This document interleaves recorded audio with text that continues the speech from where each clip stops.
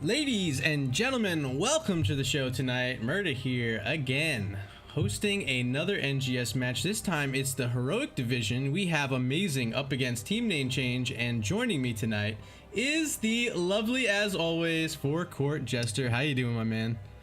It's a Saturday, man. The ice is melting, the sun is out, and it's time to watch some heroic gameplay. It's harder to get better than this. All right, I think the teams are ready, so I'm just gonna go right into this draft and not waste their time any further.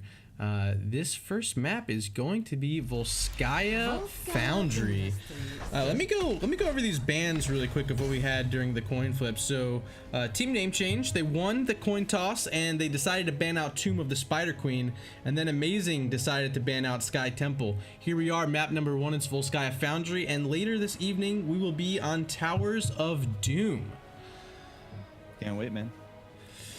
So I actually have had the chance to cast A-MEI-ZING a few times. They participated in the Regen Invitational, of course. I casted them once last season, and I got an opportunity to cast them in week number 1, and this team has been pretty good so far, moving up from Division B.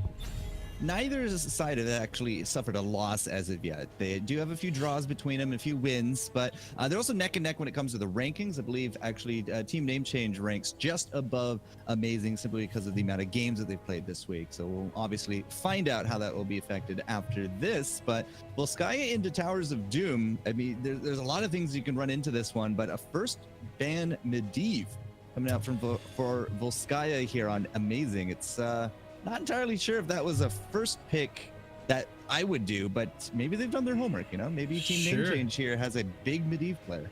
Yeah, I think at these higher levels, they're scared about that coordinated play. The portal engagement is so good.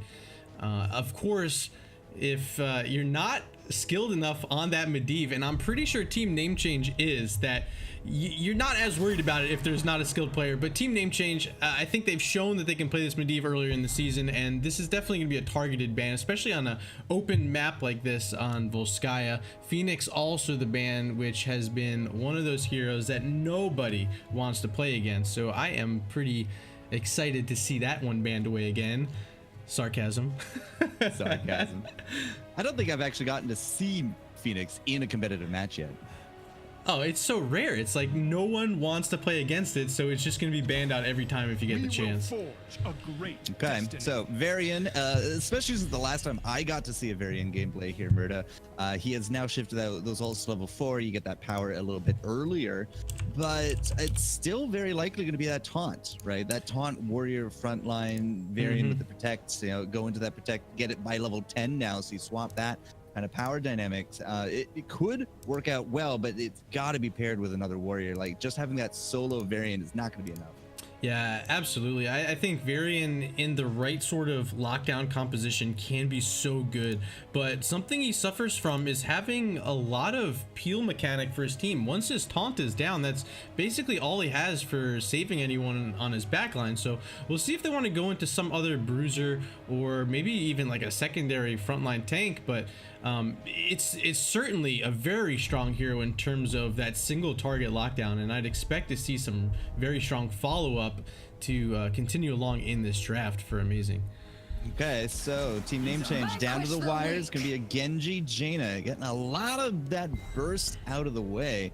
Jaina will be definitely able to do some of the lane clearing, but when it comes to the fights, those blizzards, man, they can really just pack a punch. There's not a lot of lockdown with the Genji, but Genji might actually just be able to clean up. But this also puts us in a good opportunity for an Uther ban to come out before the next pick cycle comes in, because Team Name Change, you know, they're not going to get another pick until the second bans come through, and a Dragon Shield is nothing you want to deal with. Oh, of course, yeah. The Genji can be so powerful on the back line. One thing is A-MEI-ZING already does have that Varian right now. The taunt will help lock him down if Genji gets within range. The Jaina, of course, too, having that Ring of Frost, or maybe we even see the old Welly here today. Just don't see it that much. Such a fun hero. Everyone loves her, and ever since she got reworked, I want to say it was like 4 months ago now, she's seen more and more play, and even in this current meta, she's coming out a lot. Hanzo and Stukov, the next picks. Okay, so Hanzo can definitely compete with the wave clear, a lot of poke, really hard to get to, hangs out in the back quite a bit. It's great for Genji, but at the same time, if he does go too deep, Stukov is going to be there with either that flail, that shove, the silence. I mean, there's a lot of counter with that. And with the Stukov now already picked up, very likely, even if there's going to be an Uther ban coming through, very likely you're not going to see a Lucio to counter that, because the Stukov silence at the right opportunity can really shut down the sound barrier there as well. So I mean, we're really just kind of dictating a lot of the big what ifs right now with this draft. Yeah, I really think A-MEI-ZING has really good zone control right now. Hanzo with his range is going to be able to poke people out of those capture points. Stukov, of course, with his silence is a great lockdown to follow up on Varian. We do see Maev and Malfurion are the bans here in the second ban phase, which I like seeing mouth banned for A-MEI-ZING on banning it on their side, because now you're pushed off to some of the less meta healers. But I think, as you mentioned, Uther could be a really great choice here for team name change. So Malfurion with the silence, the Twilight Dream has really come into its own as that anti-dive, and Maev really for that dive. So it's kind of interesting that both sides really kind of take the opposite coin for the ban on that one with the dive, one with the anti-dive. But you're like, as I said, the Uther is still a very strong pick here. There's no rush to it, so you could absolutely leave it for the last pick if you have two priorities right now. And two priorities right now would be something along the lines of a warrior and a bruiser, because there's still a bruiser or a warrior to actually be gone here for Volskaya. It depends on how confident they are with that Varian frontline. Absolutely, and I'd love to see a warrior that can help move in on this dive. Maybe a Diablo? No, instead they want the Johanna. So we'll see a Blessed Shield and Alexstrasza with her Dragon form, Cleansing Flame, which is another great tool to add to that dive. Johanna, I'm not as sure about. I think I might have rather seen Diablo. It's tough though, because this map on those control points, you don't really have the best assortment of walls to charge into, so I can see Johanna playing here. So Genji in his Dragon Blade is looking a little bit weaker at this point, simply because there's no real way to stop any of the crowd control that's going to come in, right? Varian with the taunt, Varian with that charge, Stukov with the flail, right? Nothing that Alexstrasza can do about that. But if Alexstrasza does go up into the air and look for that level 10, right, she can support Genji in the back line still. But yeah, Johanna is certainly not something I think I would have predicted here. The gathering up, the stuns are going to be useful, but there's nobody diving other than Varian yet. So what bruiser was going to go with Varian here? That's the big question. I think we might see a Sonya come out. I can see the Blaze. It's actually going to be Leoric. Okay, so I think this is really good wave clear for them. Leoric plays very well into Johanna, actually. She's a little bit slower as a tank. She does, of course, get her iron skin, but if he gets that spooky hand on her, it does a good bit of damage to her because her HP is rather high. One pick left, though, and how do we counter Leoric if you are team name change? Sonya, for sure. Yeah, comes to mind. Blaze can out sustain in the lane as long as he can deal with the spooky hand, either use the charge to get out or to dodge it just completely. Those are the first two that come to mind for sure. But it also looks like, I think, like Varian is going to be. It is going to be Sonya. Varian, I guess, is the main tank of the two, with Leoric a little bit more of the bruiser-ish, but that's also assuming we're seeing that taunt. But I just can't imagine we're not seeing a taunt Varian. Yeah, absolutely. Sonya is a great pick for them. I think it is one of the heroes that can do well enough against Leoric using Whirlwind that he can't necessarily stop and sustain through with things like Warpaint and the rest of her kit that can actually deal a significant amount of single target damage on top of Leoric. So we'll see how that pays off for them in the solo lane. But right now, we're heading into map number 1. Which team do you give the edge to? I mean, the draft has definitely been ups and downs. If I'm going to look at something a little bit more well set up, I think A-MEI-ZING has the tools to deal with the Genji. Genji is going to be very much relegated to looking for those last hits at the very end of it with that swipe. But if you get denied on that, or if you get CC'd out of it, Genji is going to be a sitting duck. There's really not a lot I think Alexstrasza can do to help him in a bad situation like that. So sealing him up a bit will give A-MEI-ZING a little bit more control on that one. There's no globals on either side, so yeah, I think I would rest my case with A-MEI-ZING for better on paper draft. All right, peeking at the chat, it looks like you guys are voting currently for team name change to take this one. So we'll see how this one turns out. I'll display the results of that poll later on in this game. But for now, let's hop in to game number 1. And on the left-hand side, we have A-MEI-ZING. The captain, Lightnex, is going to be playing on that Li-Ming. Kaizen going to play Leoric Lasai on the Hanzo. Salty Scyther on Varian today. And rounding it out on support, it's Stukov, played by Nukes for Kids. And neither team suffering a loss yet, but team name change going to be, well, has some Twitch power behind him. Jaina with Meatball, just call him Meatball. Meatball 11, Alex Strazi here on Smitty, Johanna played out by Divine Fate, Genji on the Black Mirror, and Sonya is just so kawaii sashi, man. Kawaii sashi, man. All right, so let's take a peek at these level 1 talents. We have Consume Vitality coming out from Leoric, which I think was the expected pick. Redemption will be the play from Hanzo, and Sonya opting for Tough as Nails into the Leoric, which I think can be good if played correctly, but oh wow, what an engage onto that Hanzo. The spear was so good by Sonya, and they actually get 2 kills here. It's only 30 seconds into this game, and it's 2-0 for team name change. Yeah, the early game is not what you want to be doing here from A-MEI-ZING. They lose out the Leoric for a 3-0 sweep there as well, but now we're going to have to split into those other lanes. The early game power is definitely going to be in the court of team name change. Like Sonya comes in, right? You get those resets there from the Genji, and Johanna is not somebody you can deal with yet, right? We don't have that level 4 here from that variant, so the lockdown is fairly minimal. And looking for that level 1 engage, I was a little surprised to see A-MEI-ZING go for it. Yeah, surprising. I think really they didn't see the Sonya waiting for them around the control point A here, and she got the spear connected directly onto Hanzo, and it was panic mode from there on out. Once Hanzo fell, it was, you know, just a quick little burst of damage from Genji that did the deal for them. A bit of damage there on top of the Johanna. Salty Scyther getting his licks in, but the one-on-one down south, I mean, just look at Kawaii Sashi go, right? He's just eating that Leoric pretty consistently. We are going to get a little bit of backup here. That's why Sashi has not left, but looks like Kaizen is going to survive for now. It was a nice attempt. It does bring him low, and he's probably going to have to head home regardless, but it's not a kill. I don't blame Black Mirror trying to take that swift strike in. Almost secured the kill with his deflect onto Leoric. Tower shots were doing a little bit of damage there.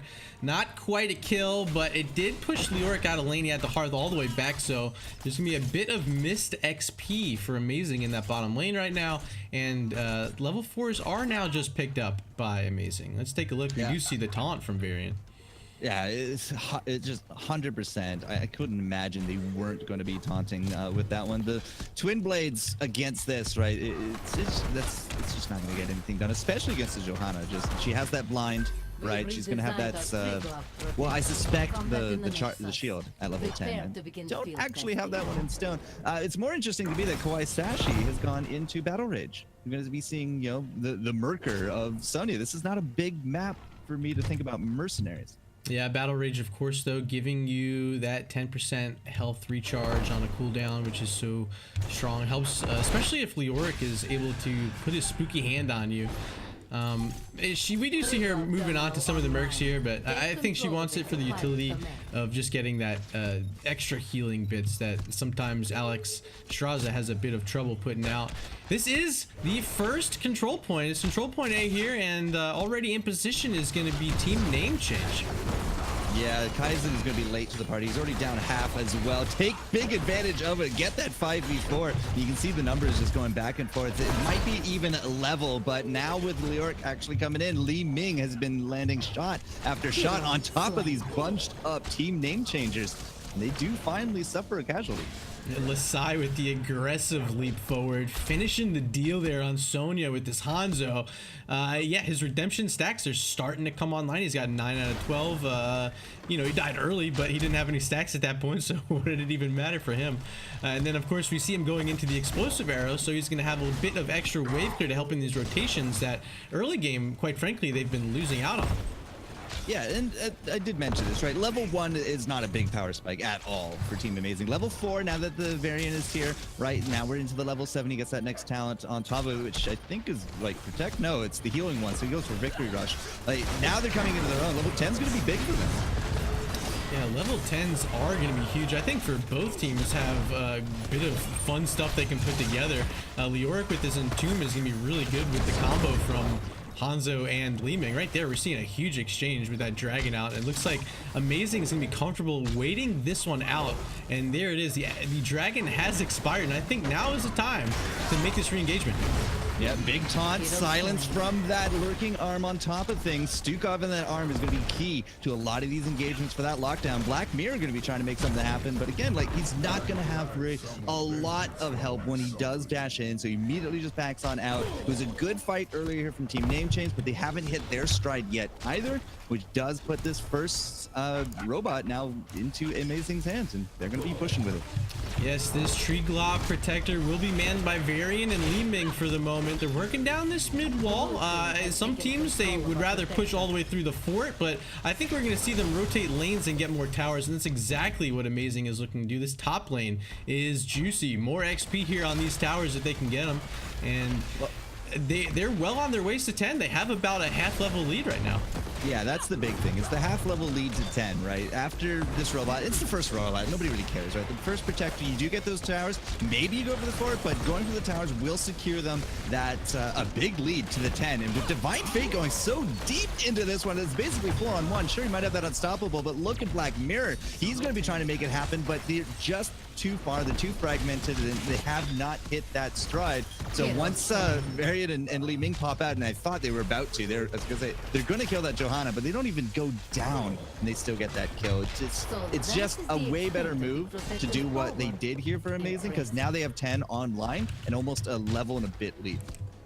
So let's take a look at these level 10s. It will be the Dragon's Arrow from Hanzo. We have the Flailing Swipe from Stukov, the Wave of Force from Li-Ming.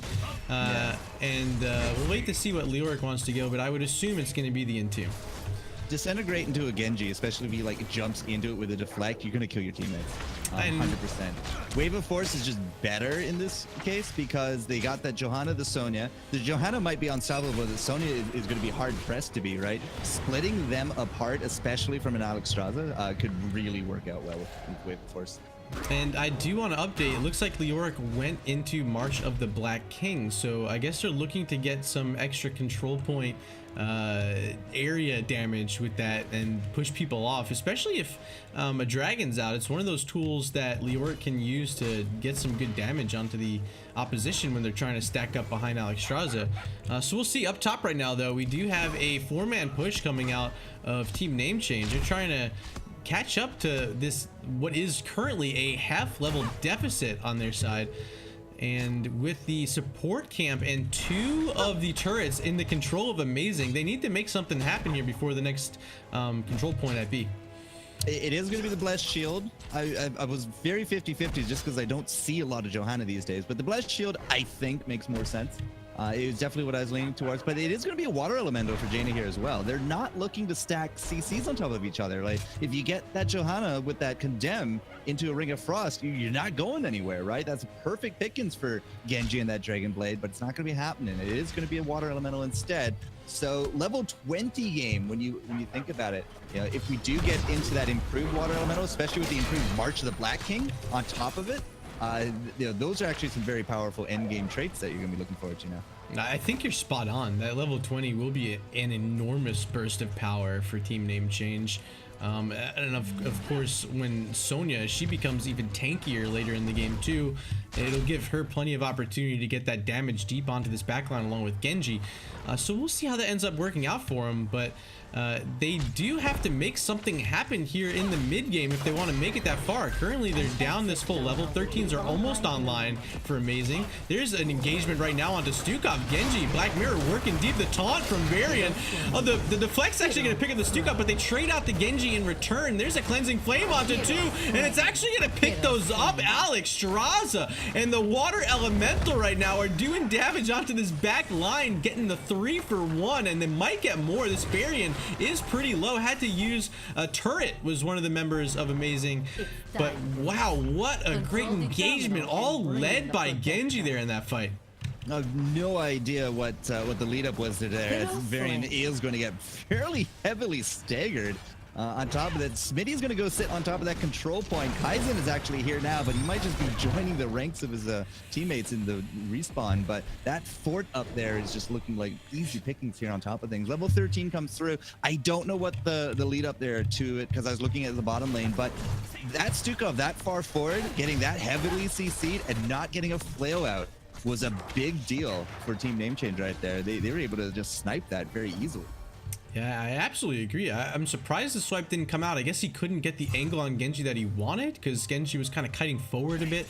But like overall, you really do have to respect the way Genji's playing so far. Very aggressive on numerous accounts, and finding a Stukov who wasn't really that far out, but just got on top of him in the right way, and having the follow-up from Alexstrasza with that cleansing flame is all they needed. All right, pause coming in. That's okay. It's all right. We give us a little bit of time to catch up on things. I don't know what I don't actually know what the protocol is here. So Murdo, please fill us in. So I'm just switching this back over to the webcam scene here. We're just hanging out, sipping on waters and stuff. Looks like Lightnex was lagging / crashing. He's gonna do a relog, and we're gonna wait it out for him. That's fine. There's not really a lot to snipe at this point, right? I mean, the bottom turrets was just taken by the Sonya, so you can probably assume that Sonya not on the map is going to be coming up. No problem. I did notice that Genji actually has one of the healing devices from one of the mercenaries, and it's the same one that we actually tried to defend with the Varian a little bit earlier on. So we have a turret coming up. We're gonna have that heal. It looks like every ult in the game is actually available, but a slight level lead. It's not going to be huge at all, but it is there for Team Name Change. But looking to fight on that point, 83% is a pretty big lead that they have towards that protector. So they can actually afford to take their time and find their positioning. There's no rush for this next fight. So I do want to let you know, because you might not have noticed this yet, there is a UI bug currently with Heroes of the Storm, and you viewers at home might be privy as well. But we cannot see the heroic cooldowns without clicking on the heroes. So clicking around, I actually do see Cleansing Flame has about 16 seconds left before it's online, and the looks like the Dragon Blade is also around 16 seconds. So we got a little bit to wait. Oh, that's interesting. Yeah, a little bit to wait for Team Name Change. I saw cooldowns earlier. I thought it was fixed. Yeah, I think I heard there's a fix out on the PTR right now, but I mean, man. Okay, but still, that's only 2 ults in 16 seconds. As I said, 83% is a lot of meter that they can run down. They should not wait for 16. I mean, it might be a small little lead here for Team Name Change, but I don't think they can wait that long. They have actually lost their positioning up into this top lane. So to wait for 16 before a fight, even as ahead as they are, it would be too much. They'd lose the protector for sure. Yeah, I think you're exactly right. Just be a little bit patient. They still have, I believe, an Alexstrasza Dragon they haven't used in a long time, so that's another option if they want to just push forward onto this. But they've done a great job. They're up 7-4 in kills right now. They're about a quarter level ahead in terms of experience, but another big fight like that and a Triglav that they can pick up here, they're going to really start to open up the game in their favor, because this mid game is where a lot of XP can start clicking in for them. Yeah, 16 is at least a big spike for the Sonya. Sonya, the Jaina, you really kind of come online with the last little bit of damage there. But at the same time, the 16 for Leoric kind of changes his dynamic a little bit right there. The 16 for Stukov, I want to say, but I've been looking at the Stukov build, and it's like nothing that I've really ever played. So I have no idea what he's going to pick for it. Yeah, let's see. People don't play the same Stukov I used to play, so. He's got like somewhat of like an arm build going on. He went with the Growing Infestation at 1, Within My Reach at 7, and then Virulent Reaction at 13. So 3 of those arm talents coming out. Yeah. It looks like Litnex is ready. Okay, we'll see if the other team is also ready. Let's see, TNCR? Question mark?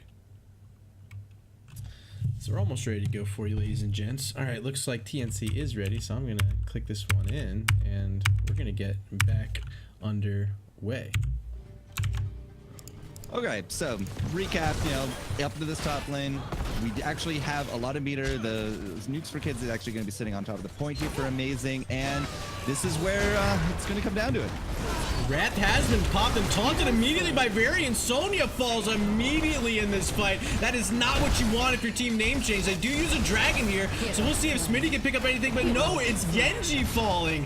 We do see Leoric fall as well, and now here's the Cleansing Flame going to keep Divine Fate alive and do some damage on the side, so they actually trade those out as well. It ends up being a 4 for 2 in favor of A-MEI-ZING, and they're going to be able to win this second Triglav Protector of the game for them. What a turnaround. Just the lurking arm, man. That lurking arm. Yeah, this is not a Stukov build that I'm super familiar with, but you said it. 3 of those arm talents coming in, right? And that silence was huge. The Sonya went in with the spear. Level 13 had the cooldown reduction, but it also pulls, right? So she pulled, jumped right over it, popped her wrath, got silenced immediately. No healing, no whirlwind, nothing, right? Couldn't even retreat, and just it was kind of like dominoes from that point, right? That big silence catching. I want to say it was the Sonya and both Johanna on top of it. They just did not get much done that fight. Johanna still has her ult up, for example. So I want to point out this play by Lasai so far. He's got 5 kills. I know he's died 3 times, but he's playing that all or nothing style right now on Hanzo, and he's really leading his team in terms of this kill pressure, and I love seeing it come out. The Dragon's Arrow was pretty good as well in that last fight. Was able to keep him at bay for just a moment. We do see another fort falling here by the hands of this Triglav Protector. It's about to expire. It's about 16% health, but they got more than enough value out of this. Their 16s are online. Let's take a peek at some of these talents. We do see the Piercing Arrow coming out from Hanzo, and of course that Banner of Ironforge from Varian, which is really going to help against any sort of dive from Genji and Sonya. Bigger burst coming out from the Leoric at that 16 with the Royal Focus on top of it. It's just going to be, you know, hitting a little bit harder now for those skeletal swings when he pops out of that Wraith Walk. But, you know, it was actually a bigger advantage for team name change. They lost that fight. Now the experience is swapped. Both teams are level 16, but this 20 race is now actually being headed up here by A-MEI-ZING, and Divine Fate's looking to find something, but man, this is going to be hard pressed. Yeah, walking forward with that water elemental. Genji, though, is the one to fall. And again, it's Varian locking him down. Medball falling low as well, too. Can he get in that heal from Alex? He does. And this is going to be a kill on Leoric. So a great counterattack there by Team Name Change. But another push back in the other direction by A-MEI-ZING. And they find a Sonya this time. So a 2-for-1 exchange is just Leoric falling for A-MEI-ZING. He's going to be back in this fight in no time. So big win there for A-MEI-ZING, and now they're able to push on to the enemy turret camp. Look, Genji was basically one cooldown away from nabbing himself a double kill and slicing his way to victory and survival. One cooldown, double targets. It would have been amazing, but no, it's A-MEI-ZING that actually shuts him down instead. So 18-16, no problem. They deal with the Genji. The big distraction from the Leoric. Yeah, sure, he went down, right? But he kept the 4 teammates alive because he became now the focus target. And sure, yeah, he drops, but the counterattack, as you said, it's massive. It's great. We have that full level advantage now as well. And it's just A-MEI-ZING's later game comp, I think, is just going to outscale at this point because Genji doesn't have the support for the kills in the back. Yeah, the only support he's going to get is if that Cleansing Flame comes out. These teams are so even, and this is what we've seen all season long so far, at least during these first 2 weeks in the Heroic Division, that these teams are so evenly matched. And right now with it a 10-10 affair in terms of kills, of course we do have about a level and a half lead for A-MEI-ZING after that last fight, but the kill pressure and just the overall sense of how these teams are pairing up against each other has been so great, and I love seeing it here in the NGS Heroic Division this season. Okay, so a little bit of armor reduction with the northern exposure for that Jaina, and it's going to be a big tool for these fights, but big taunt, and oh my goodness, like that Genji is just almost removed out of the fight immediately. Here comes Kaizen, right? He has that extra damage with the skeletal swing. It's not quite enough for a kill, but that unstoppable right through that corridor, there's nowhere to dodge. He gets his health back, and now it's just be full-on retreat for Team Name Change. They do not have the sustain to go up against this yet. They have to hang back, get those heals. They might take another another shot at this. You know, a few of those ults are down, and Salty Scyther is still in that front line, but Genji's going for round 2 in the back. Dragon Blade has been popped. Black Mirror looking for kills, but the swipes are going to negate most of its duration. And what a re-engagement by the Captain Lightnex right there, picking up a double kill with Hanzo. Johanna and Jaina have fallen. Let's grab that support camp. Amazing. So close to level 20 now. And this is the moment in the game where it's going to open wide open for them, because they have complete control of this bottom control point right now with 2 members down. It's just, wow, what a great fight. I'm so surprised that Team Name Change wanted to re-engage that fight without their cleansing flame from Alexstrasza. She had to use it defensively, and once it was gone, they really didn't have enough to get on the back line. And once that happened, Hanzo and Li Ming made it happen. Repulsion coming in there for that Li Ming. She landed some fantastic orbs, which led to the double kill in that last fight. Got those resets, easy cleanup. But the Burning Despair coming out from this Leoric, right? It's going to be really hard to outrun him, but now with that Burning Despair on top of things, right? His damage, the damage in the area damage now adding into this. So we've seen some pretty clumped up team fights. His damage is about to, you know, pop off at this point. Demoralizing Shout, again, really working into the focus of Team Name Change and their clumpiness that they have been doing in some of these team fights. But right now they're getting a lot of push for free up top. Yeah, I'm very surprised to not see any sort of reaction coming out from A-MEI-ZING. This could actually be a core race. Instead, no, it looks like... Why are they backing off? Yeah, they're backing off. They might have been able to pick up a keep there if they just committed to it. Of course, they would have given one up on their end, but getting the exchange might have been worth it, because this Treeglav, it's a, you know, a late game Treeglav. You're just gonna have no trouble ripping through a keep here. Would have loved to have seen the trade out there, but instead we're gonna get a fight here on this keep. That Genji just giving me a mini heart attack right there. And big fight at the keep, sure, right. But they need level 20, right?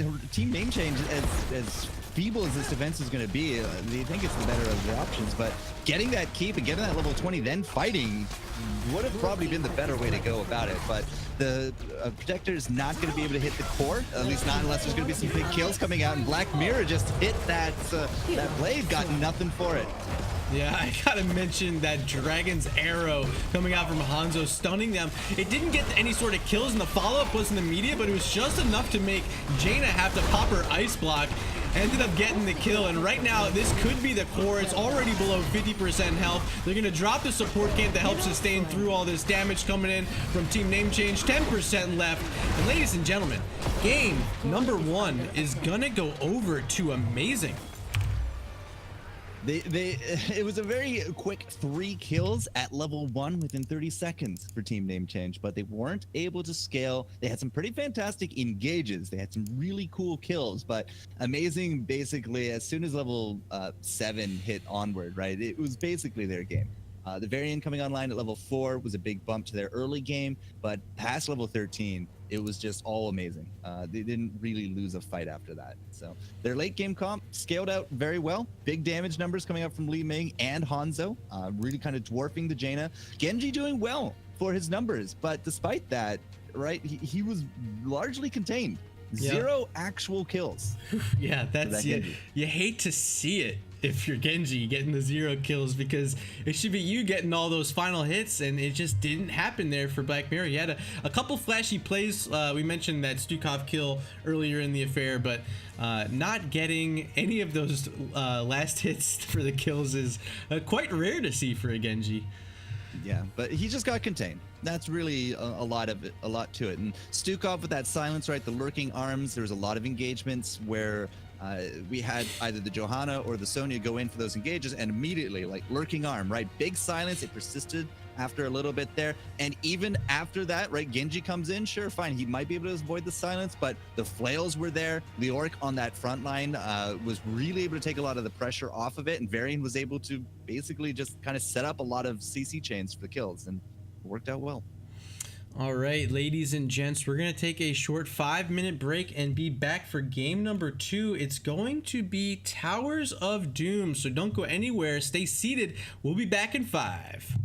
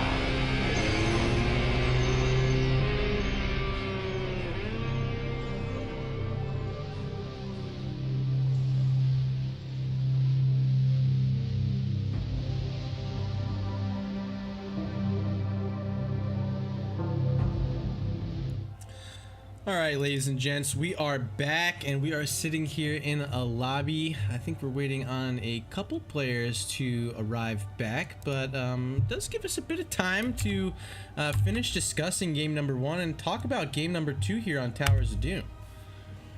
Well, I definitely wouldn't expect to kind of see the same sort of comp, but at the same time, like mages paired with some burst can really do very well. We saw Li Ming get some pretty exceptional numbers by herself, but you needed that setup for it. You had that Leoric, you had that variant. On the flip side, the Genji got shut down pretty hard, but coming into the Towers of Doom, I would actually expect Genji to be something of a first pick because of his mobility, the way that you can actually kind of cross the lanes, jump over that terrain. And so pairing that with a mage again, I think would do well, but you gotta have some better engages. Yeah, absolutely. I think the engagements felt forced at times from Team Name Change, and as mentioned earlier by you is how much control they had over the Genji that he really wasn't able to get his full kit of abilities onto the backline with much avail. Of course, having Wave of Force from Li Ming did a huge benefit to them, and the swipe from Stukov. It was really well played control style comp from A-MEI-ZING, and here on Towers of Doom I wouldn't be surprised to see more of the same with how effective it was in game number 1. Whatever happened to the days of auto attackers, man? Like, I built my legacy on things like Falstad and Vala and Raynor, but it's all about the burst these days. It's not really big prolonged team fights. Nobody seems to go for that anymore. Totally agree. I do want to take a moment to give you a PSA from myself. On the bottom of your screen, you do see a bit goal. I'm trying to work towards hosting the Season 5 Regen Invitational, so if you have time and the courtesy and you want to see these two teams participate in that event, which they will both be invited to, consider donating some bits, and it will go directly towards the prize pool. These bans right now, though, Varian and Medivh. We saw Medivh banned in game number 1, and Varian being banned away from Team Name Changes, maybe signaling they didn't like having to play against that in game number 1. Yeah, I'm definitely more inclined to say that Team Name Change here has some kind of fantastic Medivh player. So having that as a first ban both times, no problem. But the Varian, he did very well, right? He kicked in level 4, and he basically became unstoppable. I'm not entirely confident that he died more than twice in the matchup.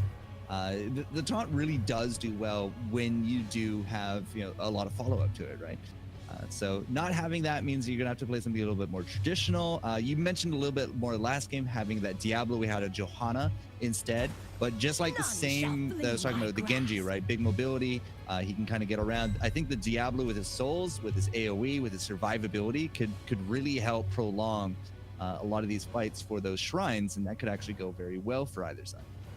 We do see Maiev as the first pick, and FourCourt, get ready, man, because look who's fallen through this draft so far. It's Mr. Phoenix, and I would not be surprised to see him selected here. He's got a lot of use here on this map. I know earlier I saw T playing for LFM and HGC, had some outstanding play on the Phoenix here on Towers of Doom, and I would not be surprised one bit to see it selected here at their 1-2 if you're A-MEI-ZING.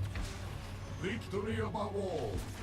Oh, we got some cheating accusations there in the chat. I'll let the moderators figure that one out. I'm not gonna comment as as a caster right now. If it gets brought up amongst the community, honestly, do I think it was cheating? No, we turned on the webcam scene, so they really couldn't get much information. It looked like he was just lagged out and had to come back, so I'm gonna say no. I don't feel it's cheating. Just let the moderators handle it, man. We'll focus on this here for now. No Phoenix. I highly suspect we're not gonna see a Phoenix ban at this point. Phoenix plus Jaina seems a little strange, but at the same time, Stukov is a big first pick. Again, Flail, the shove, some really nice lines of sight on this match for that shove could really screw up a lot of what's going to be happening here. But the Flail, again, could actually be very good for that Genji. Malfurion is picked up here from Team Name Change, not waiting for that support pick into the second round that they did in the last matchup. And the Malfurion was the ban against them as well, right? So a little bit more comfort there for Team Name Change. But Maiev and Genji, like Genji by himself with that dive was not that useful, but now he has a dive partner with Maiev. That Warden's Cage can really do a number.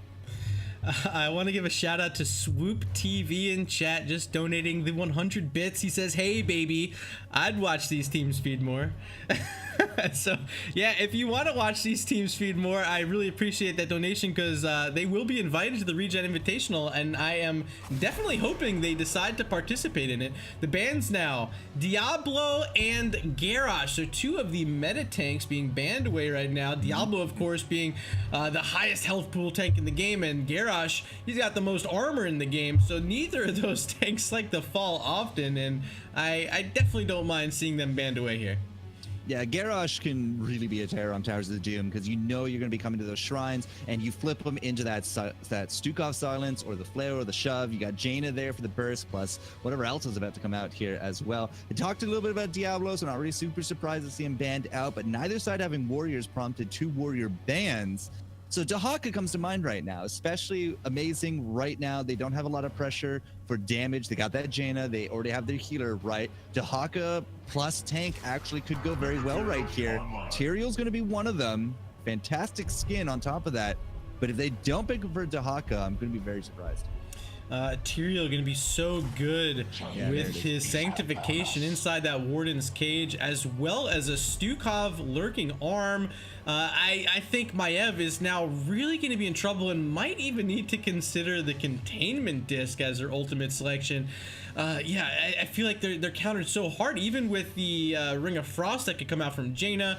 A lot of options here for A-MEI-ZING, and as you mentioned, Dahaka is going to get so much split pressure on this map. It's going to allow them to capture the top shrine and be able to dig into the bottom to help re-engage with this team. It's so versatile here having Dahaka, and I definitely like that selection for A-MEI-ZING. So what's left on the board, right? You got your 2 damage dealers here, and they're both dive. But now with that sanctification, with Dahaka there on top of it, Stukov, as you said, the containment disc might have to be the thing that you use on Stukov to get that done. And there's not really a lot of dive for the Malfurion to deal with, but they need those frontliners. I can't even throw names out there here, but if there's not a Mirrodin, okay, yeah, there's a Mirrodin. They're going to be in trouble, but this is a triple DPS dive. And I'm not entirely confident about that here from Team Name Change. Oh yeah, it's gonna hinge a lot on how well the Zeratul player can blink forward and get onto Jaina and Stukov. If he can make it past the Tyrael and really put pressure to allow his Genji to swift strike forward and finish off a kill, it might work for them. Void Prison. Yeah, I don't know. It's the big question right now. Is there enough there? Void Prison into a Twilight Dream. I could see it maybe happening. Roots, Twilight Dream, yeah. Yeah, it's an option. Shadow Assault might also be the play. So here's the good news, though. The Alexstrasza fell flat, very much so, in game number 1 for this dive. But Maev, Genji, and Zeratul, but get those regrowths on them. Now, Malfurion can actually heal them no matter where they go, right? So they're going to have that support with that Malfurion, with this dive. And Mirrodin, like, if Mirrodin doesn't go into the Avatar, we're in trouble.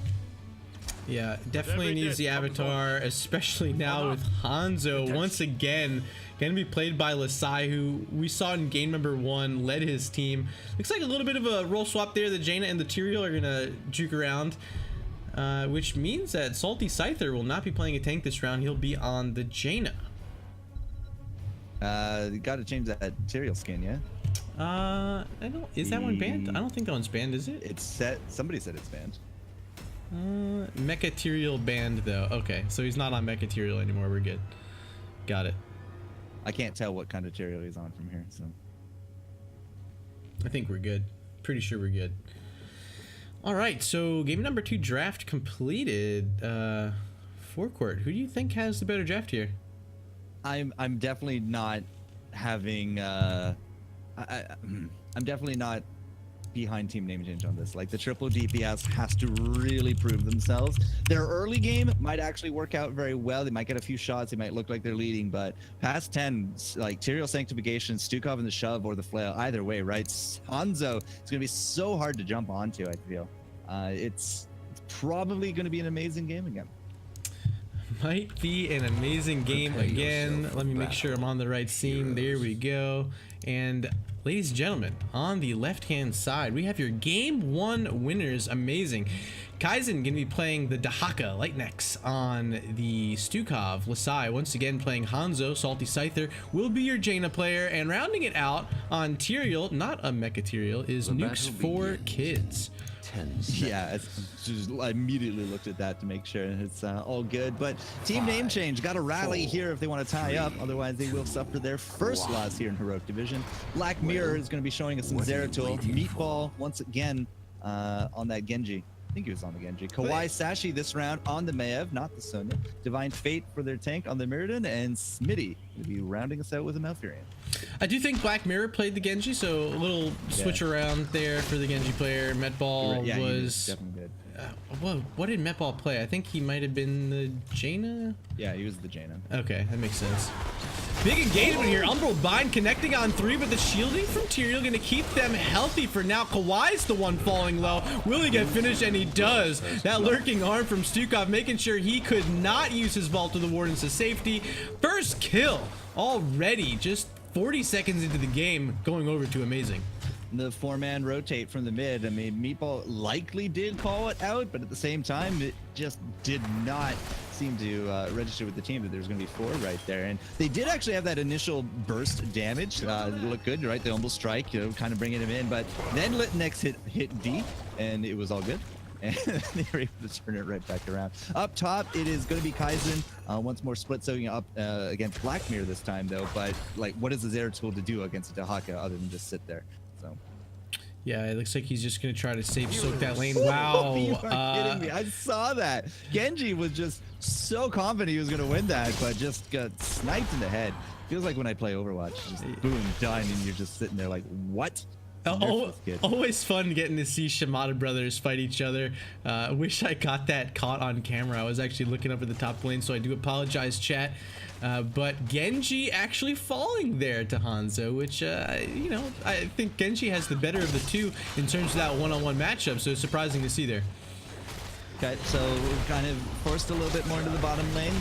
Right now, have to spread those forces thin to get that soak, but this bottom lane with the pumpkins really forcing a lot of attention here between Kawaii and Smitty. But they are going to get rebuffed at the same time. The pumpkins are all done. Oh no, there's one to go in. Does connect. Brings down the tower to half. So let's take a look at these talents, which I have not displayed to you yet. We do have Fingers of Frost started by Jaina and Enhanced Agility from Dahaka, so not opting into that new tissue regen Hero Stalker build that we're seeing more and more. A fight here at mid. Umbral Bind is going to connect onto Jaina. Is she able to scoot away? 85 health, gets a shield from Tyrael, and their turnaround kill onto Muradin, but they do lose their Stukov. And a 1-for-1 trade right here before the altars are spawning. I don't know what to make of it. You do have Dahaka still alive to be able to hang out here at the top, capture that right away, and he'll be able to dig down to this bottom side. So I think the advantage here, especially with that little bit of a level lead, will be over to A-MEI-ZING, and we'll see what happens, FourCourt. A-MEI-ZING doesn't have their heals, so unless they can burst somebody down, they're not going to be able to sustain through any poke. But that being said, there's not a lot of poke on either side, right? Genji's going to be able to throw some shurikens, and Malfurion, able to hit them, tickle them with some moonfire. But now everybody's going to be coming through, but you can see Kaizen up top. As you said, he can dig. So the longer that this goes on, the longer that they faint, then the closer to that level 7. Once that level 7 hits, A-MEI-ZING should just be able to sweep the fight.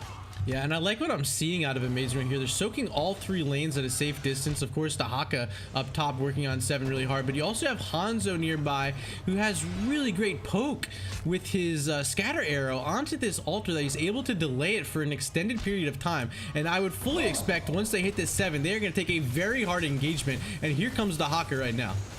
Yeah, is it actually going to be hit? Nope, didn't hit him. Litnex just able to pick it up for free. No fight needed. Now, there was a lot of experience actually soaked back up by Team Name Change because they dedicated 2 into the off lanes rather than 1. But as a result, they lose out the points, and Lasai just no problem. Just makes that vault look easy. Yeah, his jump there was so close, and looks like once again we do have a pause coming out. So I'm going to switch us over to the webcam view once again. Looks like Litnex is DC'd again, so... Poor guy. Yeah. I mean, this isn't the hardest of games to play, but to crash every game, it would just drive me crazy. Yeah, it's always rough. I guess I can make sure we're on the right server. We should be. Yeah, it is Central US server, so shouldn't be anything from our end. All right, so if you go back and forth, right? We said you could actually draw out the shrine. You can use that global to soak and then fight immediately with the level 7, get a big advantage here from A-MEI-ZING, but it did get counteracted a good bit, so there's not a huge experience deficit here. They're not exactly leading by a huge amount, but they did get both shrines, so they got those shots in the bank. They are up by 4. And at this point, there's something that we haven't really seen from Team Name Change. Who is their mercenary, right? Who's here to pick up pumpkins? We've seen them defend against pumpkins, but I haven't seen anyone split to go do them. I'm not entirely too sure I'd let any of these 3 go do them by themselves. Yeah, so looks like Maiev did go into Blade Dance at 4, which is going to give her extra Fan of Knives area damage, and then at level 7 went into a Loon's Wrath, which will help later on in the team fights if she can hit 2 or more heroes, but I think it has to be Maiev. I don't know who else. I mean, I guess Zeratul did go into a cleave build as well, so maybe he can help out in there. Yeah, he can help out. You can duo it, but it's not like there's a gray main here. It's not like there's a Sonya here, right? If you're going to be spending some time off doing mercenaries, I'm not confident that one person could do it very safely here. If they get caught, especially with Hanzo running around with that sonar, right? Then it could be disastrous. Sure, yeah, absolutely. Heading into the mid game, like talking about some of these heroics that we're going to see coming out, I would expect to see the swipes again, just to give the area denial onto things like Maiev and Zeratul and Genji all diving in together. But from the Hanzo, of course you're getting Dragon's Arrow, but what exactly are we pairing with it? Are we going to see the Ring of Frost this time out of Jaina? I don't think we're going to get that Water Elemental in this game. I think it definitely has to be the Ring of Frost. I'm actually a little bit more in favor of the Water Elemental because the Ring of Frost is dodgeable by all 3 of the DPS. Okay. You have a big dive comp here with Genji can dash, he can jump. Zeratul can blink, he has wormhole. Level 7 came in, he has wormhole. And the Maiev can just jump it herself, right? She can leap it. Even that being said, like Murden has a way to kind of just get out of harm's way as well, right? There's a lot of leaps on this team. It's team leap change at this point. So really, like your biggest target would be Malfurion. You get too close to Malfurion, he's going to throw silence on you. So I would actually mark it more towards and a Water Elemental to do the extra damage, have that extra body. All right, looks like teams are ready. I'm getting us back into this game. All right, so we're talking a little bit about the pumpkins. It's not going to be a solo effort at all. It's going to be a 4-man effort with Divine Fate just kind of holding ground. So we know that at least one side here is off to get him, and both sides actually will pick up pretty much simultaneously. Ooh, could we find a fight on top of Salty? Well, Divine Fate's going to try to make a stun, and now all those vaults are going to come in. An easy pickup there. I don't know why he split or was as late as he was with the rest of the team, but that's going to be a good boost morale here for Team Name Change. Yeah, sloppy rotations at this level of play in the heroic division, they will make you pay every single time, and jumping right on it there is Team Name Change. Very well done. They now have an opportunity to push in 3 of these pumpkin sappers into this bottom wall, which is so awesome to have. They do put out a silence. Dukov gonna make sure those do not crash in at all. Well played by Litnex, knowing the full kit of his hero there. Yeah, so level 8 to level 8, about even on kills. We're dead even in XP. This is a 2 altar phase, and this is where we might start to see some of the leads start to develop for one of these teams here. Very important phase here on these altars to put their team closer to level 10. Okay, I so totally get what Black Mirror is doing now with this Zeratul. It's not really about the dive into the back. It will be after level 10, but it's just to one-shot the waves and just continue on. They can't match Dahaka's global at all, but if they one-shot the wave, it's not so bad.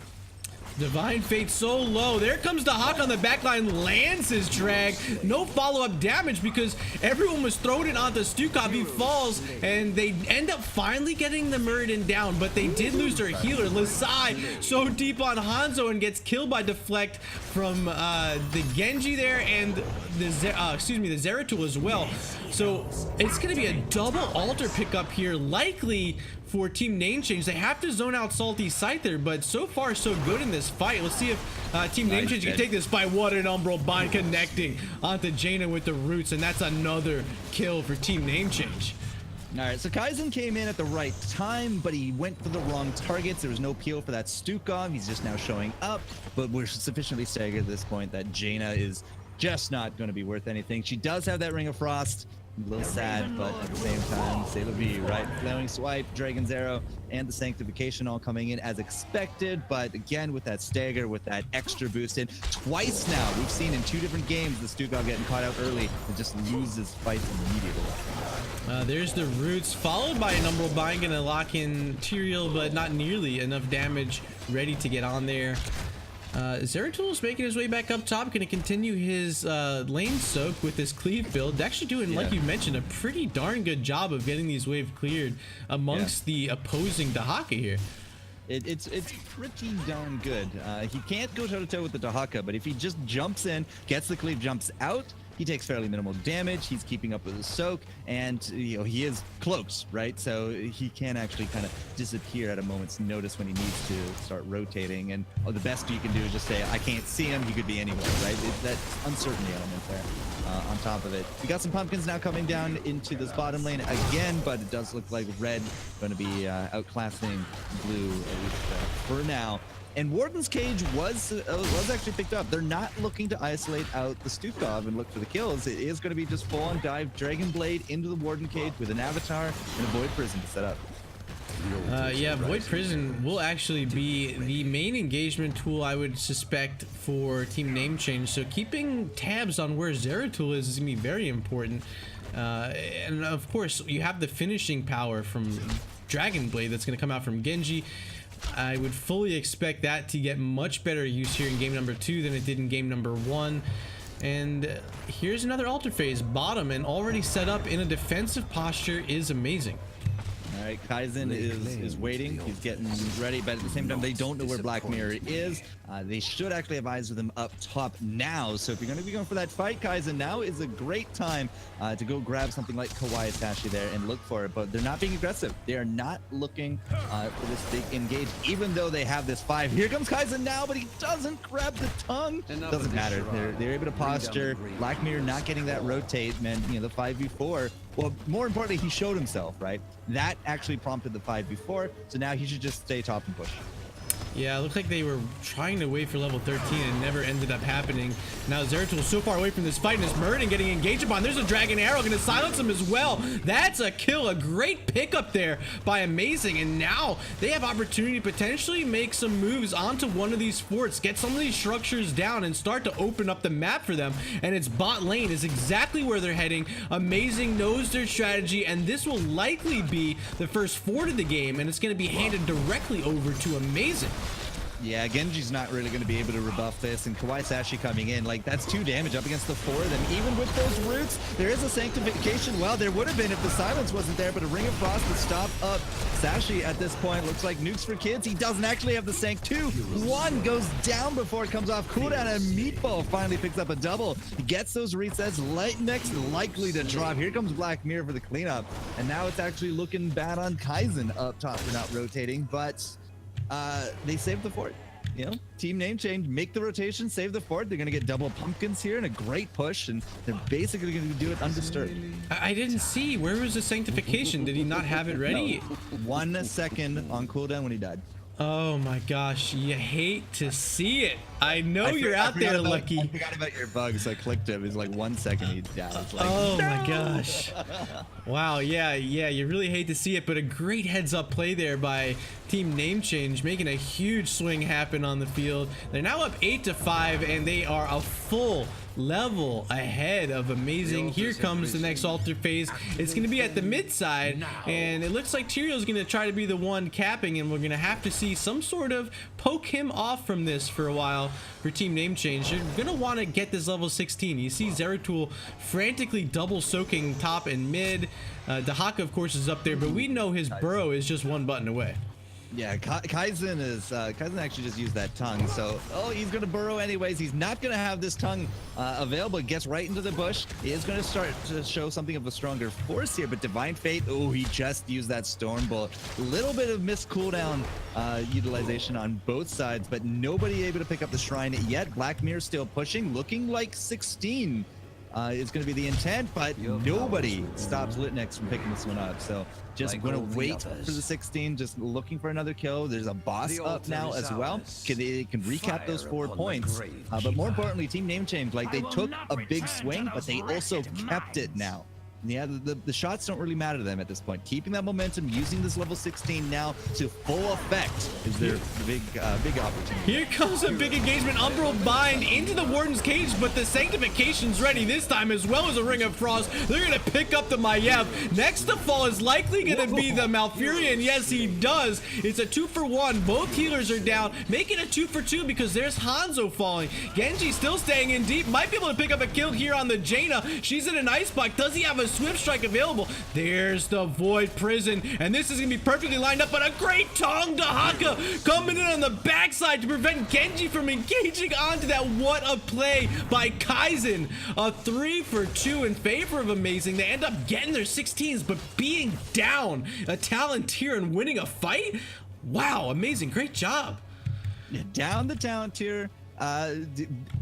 Yeah, sure, let's go with they won the fight. They're about to push down and get this fort, so yeah, definitely a big plus to them. Salty Scyther living was a huge deal, but I'm not entirely too sure if he's gonna be living too much longer at this point. There's the wormhole. They pick up the Jaina, but did they actually not finish off that fort? Never mind. If you're going to go that far forward, guys, and you're going to get ambushed, just commit at that point. Picking up that fort would have been huge, but they don't get it yet. And the big thing there is that Genji is, like, it's night and day, right? Genji is making so much more happen this game for team name change. He's putting the team on the shoulders quite a bit here. Be swift. Here comes another engagement onto Dahaka. The top will be picked up by Genji uncontested. Looks like the bottom will go over to A-MEI-ZING and Stukov. But this Dahaka, the one in trouble, has to use isolation onto Maiev. He's going to be able to scoot away and pulls Muradin into the death zone. But it's a 2-for-1 altar exchange in favor of team name change. This game is all tied. Oh, excuse me. No, they did capture that bottom.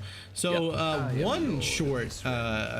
Looks like team name change is behind by 1 point. So again, a little bit of definitely seeing some misuse of cooldowns here, but the mistiming there as well. I'll get to it after there's a little bit of a push, because there are some pumpkins that want to get in. One of them just did.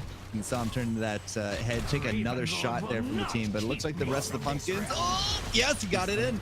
Well done, A-MEI-ZING. Oh, make it 3 more. All 3 of that wave went through as well. So now it's 21-15 in favor of A-MEI-ZING. And really having Hanzo in that sort of play there was keeping all the members of team name change scared to engage on top of those pumpkins at all. Party bush. Is that actually going to happen, though? That's the big thing. Nukes for kids. You know, he has that sword, has a Sank ready, but it's not exactly like it's CC. They know where Dahaka is, but he can come in at a moment's notice. I really want to talk about those shrines, but they're not giving me the chance. There's the jump.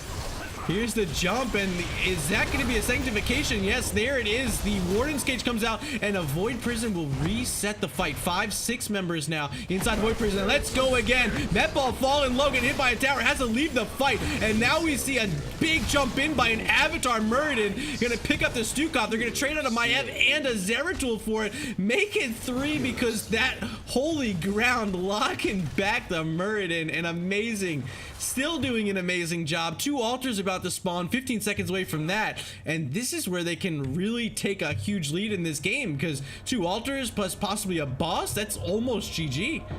I would definitely put the eggs in the boss basket at this point. You know, pick these, get the boss, no problem.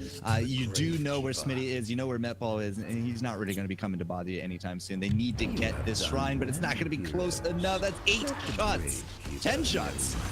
Ooh, yeah, we're within striking distance, and now picking up that boss. That's going to be on the grand total of 1 health here, Mr. Murda. But I was going to make a point about some misuses and stuff, but it doesn't really feel like it's worth it anymore. That last fight was so dirty. But a big thing that the Void Prison didn't touch the fort. Not stopping out that fort basically made it a 6v5, and that just absolutely destroyed Team Maintain. Yeah, we saw Genji get zoned out by it. No minions, of course, were there. And now we're starting to see some desperation because level 20 is almost online for A-MEI-ZING. Team Name Change needs to find a fight right here. Here's Genji on the back line. There's going to be a little burrow out of Dahaka trying to save some of his health. And he's going to scoop behind the wall to safety. They know they need to get these level 20s, and they do not want to take a fight until that happens. A-MEI-ZING being very patient right now in this late game. They only need 1 more point on the board to win this one and take the 2-0 domination. So I would fully expect to see them play the patient game, and it looks like that's exactly what they're doing. Hanzo picking up sappers in the bot side to give them more control of this bottom lane, and it looks like the next altar will be here at the mid, right where they're standing. This is Zera. Oh, he's dead. Void. Okay, fine. He throws out the Void Prison. Actually, this could be a big opportunity for Litnex, but he does have that controlled chaos level 20 there. So only 1 of those swipes at a time. Kaizen actually going to be showing up to the party. Only does get the tongue on top of Divine Fate. So we're back in business. Black Mirror trying to make it happen with the Ring of Frost. They do pick up at least 2 of the roots there. Metball low. Black Mirror cannot jump back into this one. And now with Mirrodin just kind of stuck into the 4v1 into the back, there is no way you can get any support to him. He is going to drop. Black Mirror looking for the kill. Sanctification says no. That's going to be the invulnerable there on top of Lissai. Now Metball versus Lissai, but the dodges are good. The Stukov will fall. Instead, the Tyrael to drop as well. Metball and Lissai are still kind of doing their 1v1, and it looks like there is a pause because Lissai is probably a bot right now. Oh my god. So Maiev just started turning this fight here. Throughout the Warden's cage was getting all the area damage, but currently looking at the health bars, it's got to be finished off by A-MEI-ZING here. That Genji's dead, right? I don't see a health bar on him. Oh, it looks like a huge arrow is about to connect onto Maiev. Oh wait, yeah, is Genji dead? Yeah, he's pretty gray. Sure he's dead. Okay. I don't see a health bar there. Yeah, his portrait's gray on my screen, but his death timer didn't start yet, and he looks like he has a full health bar on there too. So he's definitely dead. Maiev, you gotta bring us in, bro. Oh, are we good? Okay. Yeah, we're good. Sorry. Let me switch back to the gameplay. 3, 2, 1, and action. Genji down, Maiev down. That's going to be GG. I don't know why we actually had to pause right there. Dirty initiation. Really kind of crazy from Black Mirror to try to start that one all off, but getting that Void Prison out of the way early, not able to capitalize on a kill on top of that Stukov as quickly as they could have.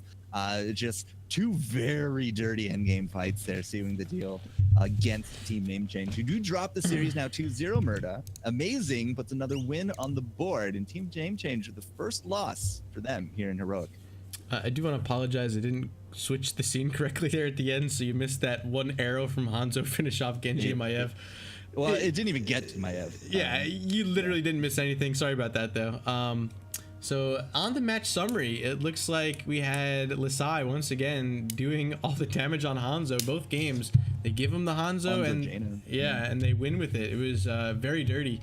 Stukov played by Lightnex was outstanding as well. He did die the 6 times, but he did what he needed in terms of setting up that area denial with his lurking arm, which was played very well in both games. The lurking arm was a key component to the strats in both sides because there was so much clump, so much melee, right? You could easily see where the focus points were going to be, and Stukov hanging back, making sure you're with the flail for any kind of pressure, and then that lurking arm. It made a world of difference. Yeah, absolutely. Let me see if I can get someone in here for an interview. Let's invite him to party. While you do that, I'm just going to take over the mic here for a sec. Sure. This game could have ended about 4 minutes ago if the misuse of the shrines hadn't happened. Yeah. Because it did happen, the game extended. I mean, A-MEI-ZING still won after all of it, but it was when they took that bottom fort. They could have actually ended the game right then and there with that double altar boss afterwards because we were down to 1 health. But, you know, it's all water under the bridge at this point. All right, so I do have Lasai here in a party chat for an interview. Lasai, how are you feeling after that big 2-0 victory over Team Name Change? You sure he's in Oh, here? he says, quote, I don't own a mic. Literally the worst person we could have brought in for an interview. Okay. All right, well, let's get a friend in here who can be a translator. Let's bring in Kaizen. I don't think he's been interviewed recently. Sorry about that. Muting you in party chat. I mean, like, we could totally just talk to the Lasai and then read his answers in funny voices. That would work, right? All right, we got Kaizen and Lightnex joining for the interview. Amazing. How are you guys feeling after the 2-0 victory today? I don't know. You got no luck, Murda. I guess we feel good. Yeah. Nobody's answering. Come on, guys. FourCourt, make sure you turn them up. I think their volume shows us. my There bad. you go. You got it. So no answers, but we do get a feels good from Kaizen, so that's always nice to hear. You played Dahaka there in game number 2, my favorite hero. Give me your thought pattern going in there up against a comp like a Maiev, a Genji, and a Zeratul. Is that something that you're looking to play with that sort of comp on the other side, or is it just like, hey, we needed that macro pressure and lane split push with Dahaka?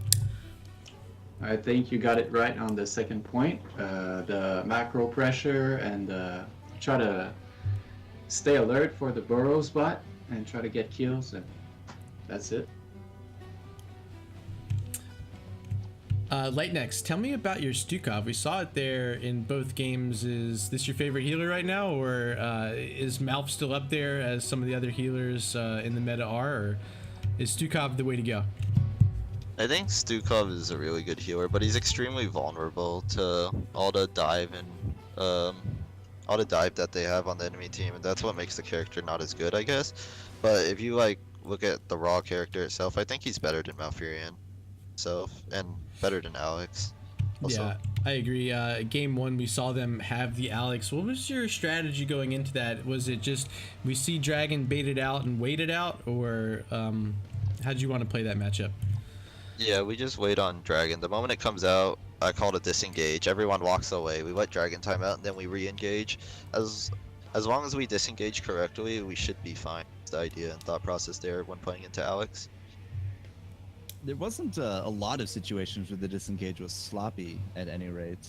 You had a lot of cover there for the Stukov, but there were a few opportunities that they took against you where Stukov just ended up being the front line for whatever reason. Perhaps too well of a disengage. At a few points, but not you didn't sweat it at all, really. Like, you guys just kind of bounced back every time.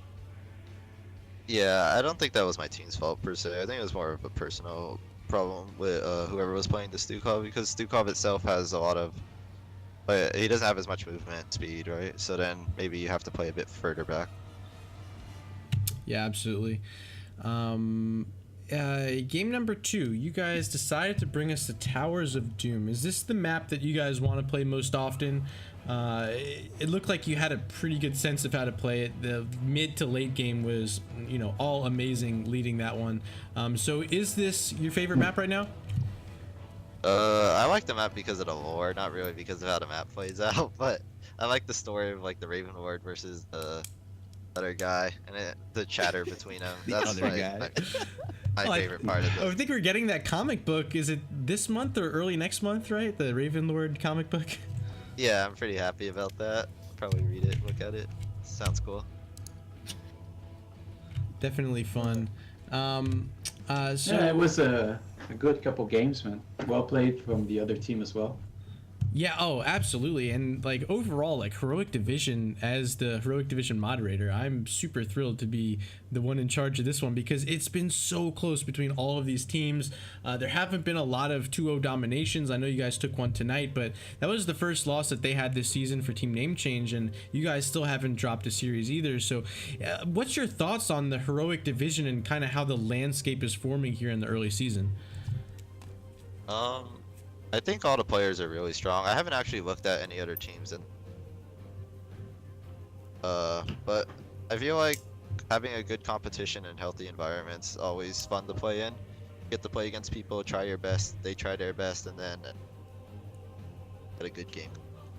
Yeah, Absolutely. sums it up. That's why the NGS is here, man. Got to pick up the slack from some of those other organizations. Get you guys ready for HGC Amateur, you know? You guys have any aspirations at all? Maybe. Might look Do into we? it. But the problem is HGC conflicts with some of our time schedules for classes and stuff for certain players, so that's the only drawback. But what if it didn't? Yeah, we probably hit it up maybe once or twice and see how things go there. I played against some of the HGC Open teams or amateur teams on my UCI team. They're pretty good, but I think we can hold. Well, I mean, I definitely would like to see that kind of progression, but at the same time, it's all up to you guys, and if the timetables don't work, then they don't work. But you played amazing games. You still haven't actually suffered a loss as of yet, and so what do you got up on deck for next week for us? Just like enjoyable games. I mean, nothing really too special or cheese or anything like that. We're just playing standard, play whatever's meta, play what we enjoy, all those things. I mean, have you ever heard of Team Not Throwing? They play some really crazy stuff, man. Oh my god, that team does play fun stuff. We'll see. We'll see when we play them, what they play, and hopefully we can adapt in time in the 20 minutes of the game or whatever it is. Oh, trust me, you won't play them. They're in D division. Okay. I don't know. I mean, like they innovate with the Cho'Gall, Abathur, Nova comps. You know, good Oh stuff my. like that. Outstanding. Holy wow. All right. Anyways, before the we meta let worked you- out well. Before we let you boys go, I want to give you the opportunity to give some shout outs, so the floor is yours. Amazing. Go ahead, Lightnix. Go ahead. Shout out to HDE. He's not here today, but he's our other guy for playing with us. Shout out to Scott for playing with us. He's one of our friends that fills in for us every time we're missing. Shout out to anyone who's watching. I think they enjoy, hopefully, and so that's what I want to bring. Fun games, enjoyable, and interesting stuff. Then shout out to the amazing team. I think you guys played great, and shout out to the enemy team. I think they played great too. Awesome. We really appreciate that. FourCourtJester, thank you so much for joining me this evening. Let these people know where they can find you. Nowhere. Don't look for me. I'm a ghost. All right, confirmed ghost boy. Does this conclude everything? Yeah, so that does conclude the event for tonight. This was a heroic division battle between A-MEI-ZING and Team Name Change. A-MEI-ZING taking the 2-0 domination this evening. I'm Murder, your host, joined by FourCourtJester, as well as these members from A-MEI-ZING, Well, this wraps Lightnex, everything Kaizen, up and for our FourCourtJester. game. I hope We will everyone see had a great you time. guys later. GG's. Yeah, good games, guys. Good night. GG.